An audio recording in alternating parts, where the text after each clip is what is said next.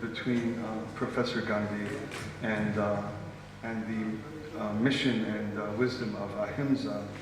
Just from our point of view as Americans, he is of course, one of the greatest ambassadors of Indian culture for us, which is fundamentally transformative in American culture. It remains an enduring thread of guiding us for balance in our aspirations and in our lives, even though American culture is its own distinct pursuits and spirituality.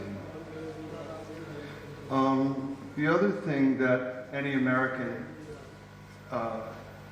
should be grateful for is the inspiration of ahimsa and of Dr. Gandhi to help Americans challenge and seek to remove one of the most fundamental problems that our society faced, and that was that of racism. Of course, Dr. Martin Luther King inherited this tradition of nonviolence and continues to help our country aspire towards greater racial equality, one of the most important things that we need to keep pursuing. That's my organization, the 12 Gates Foundation. My bio, read by Dr. Mishra, says that I've worked in the area of religion and peace for 42 years. I began as the founding president of the Council for the World's Religions. That brief expanded, and we founded the Interreligious Federation for World Peace. That's been the primary body in which I carried out my interreligious work. Only until just this year, in January, we founded the 12 Gates Foundation. The Interreligious Federation, I've worked in Israel and Palestine. I've been imprisoned and shot out and worked in war zones, and I take my work for religion and peace very seriously. I've met the leader of the Abu Sayyaf despite him being such a violent character. It was under peaceful purposes and to discuss his view of God according to his own religious aspirations, perverted though they are. So the 12 Gates Foundation, I converted my organization from the Interreligious Federation to the 12 Gates Foundation because it is my belief that interreligious relations have evolved and grown, they're not static, and that the current world situation has also changed such that how religions pursue interreligious relations should more accurately correspond to the nature of contemporary world affairs. One of the most important aspects of the experience of being human presently is the overwhelming impact of technology. And also there's a decline in current and institutional religious affiliation. So the 12 Gates Foundation introduces a new wave and a new horizon in the pursuit of interreligious relations. Here's the overview of what I intend to cover briefly. I want to look, my first point that I'll make has to do with the nature of moral and spiritual education. It sounds great, but there's issues that need to be looked at closely. The second, I've mentioned briefly, the need for progress in interfaith and interreligious relations. It can't be taken for granted that this effort does not take on new forms. And then the final I call being religious beyond life. I should have brought my water with me, but I'm going to go travel and get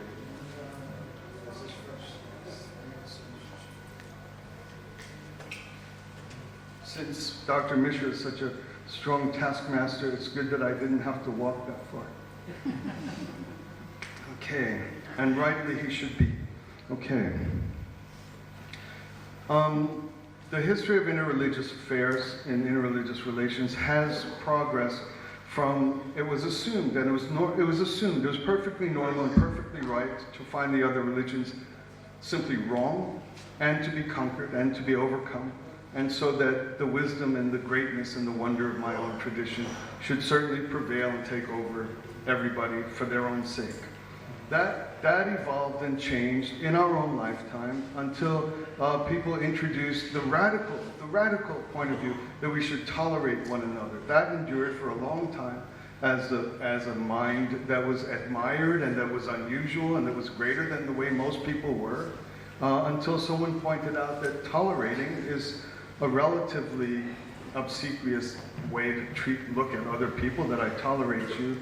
And interreligious relations evolved and grew and became finer as people advocated that we respect one another. That is much finer than tolerating one another. In fact, I never really want to be tolerated personally. I'd rather know what you believe and tell me, and we can at least keep the peace anyway.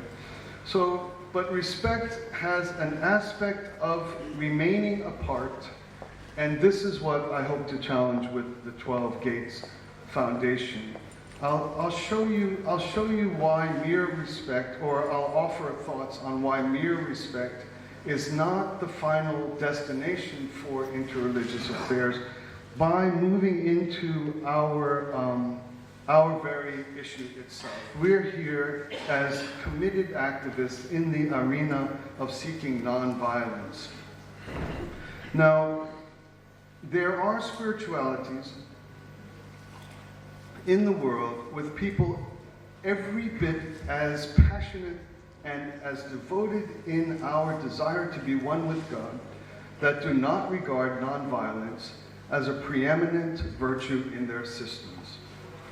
An example might be this. If there were an individual possessed of evil intent about to do harm to my innocent children, say, without wanting to offend, say, rape my daughter, or kill my wife, or assail against a village of innocent children, say an orphanage, there are spiritualities that would insist that the higher act in that moment is the perpetration of violence, or stopping the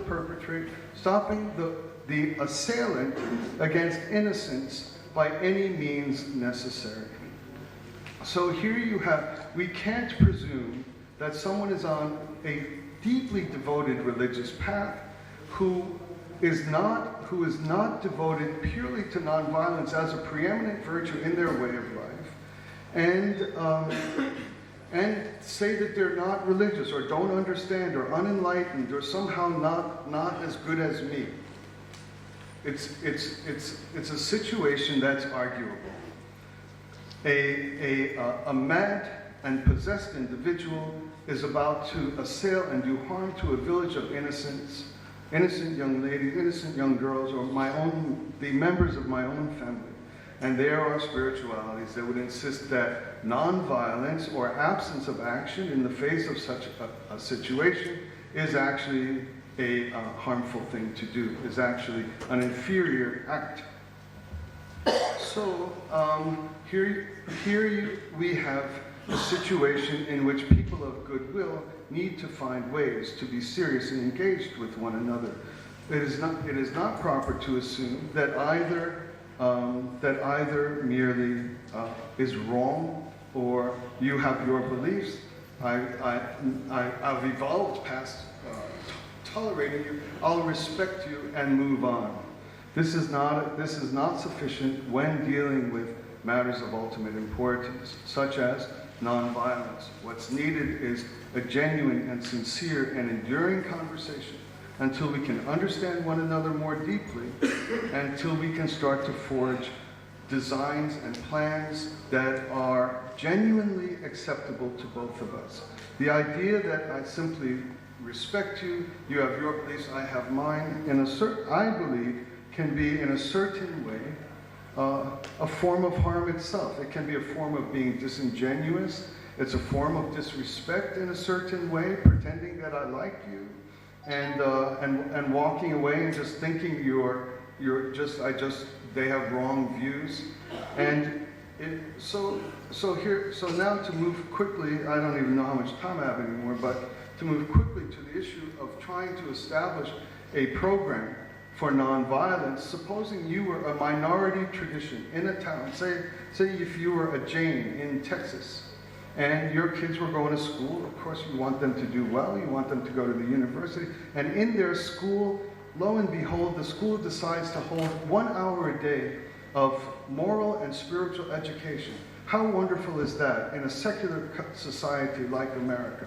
And each day your child is going to school and they come home one day and say, Mommy, Daddy, you know what? Violence isn't always bad. My teacher says that there are some instances where it's actually a higher thing to commit violence against the perpetrator of.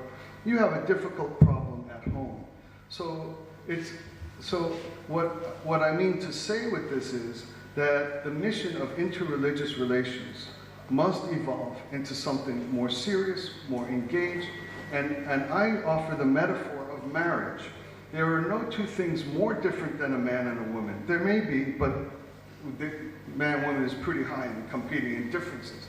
But when we share the mission to care for our family and raise our children and to become a dignified under the name of our family name, we have to learn. Like my wife says, I want the kids to eat this. I say, why don't they can't eat that? We have to work together until we can share a common purpose.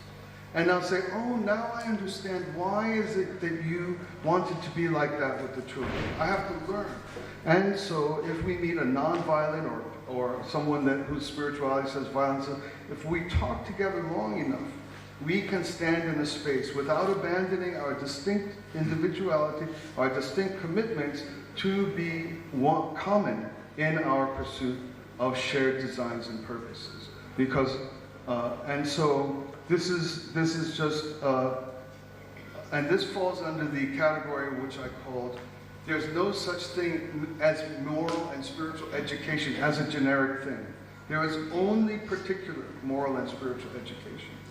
For ahimsa, perhaps moral and spiritual education is most exquisite and finest in the Jain community, surely, probably. But for example, what about grace? What about grace as a spiritual element? Perhaps there's another tradition that's more focused on that. And so our relationships, I believe, must be as a marriage, especially because we must come to a moral and spiritual educational design that genuinely results in all cases for the aspirations and vision of ahimsa, non-harm. Okay, the final thing I want to discuss, and again, I don't even know my time, but ahimsa, or non-violence, or non-harm to all sentient beings, is primarily related to life, so far as I'm able to tell, life. And so all creatures experience pain, we're all equal, and so forth. But in the human experience, there's two additional elements that are not absent in all sentient beings, but they're distinct in the human experience. And this is primarily love. Love requires radical freedom, radical free will. The only way I can say I love you is if I'm free not to. If it is only my nature to love, it can't be called love. So human beings must be characterized by freedom and responsibility for absolute freedom. Once these two things exist, then love can exist. And this introduces a different realm than mere life. As soon as I am free to act in any way I want, and I positively choose a relationship, say with my wife, or my daughter, or my son, I am acting in an arena or in a sphere that is distinct from mere life itself, which all beings are given by the Almighty. And so then I would request, and this is where I'm asking for help, I would request that the doctrine of ahimsa be brought into that distinct arena that is not like, it is purely the question of love. In what ways is there harm and not harm? In the arena that I am different from all other sentient beings. I'm free to do whatever I want, and I must choose responsibly that. And so, in what ways can I be harmful or violent purely in the arena of love, not in the arena of life? Finally, when life and love meet, lineage is produced. Lineage, again, in the human experience is distinct. I can recognize my son or my daughter in a crowd, even if they look, even of 100 people that look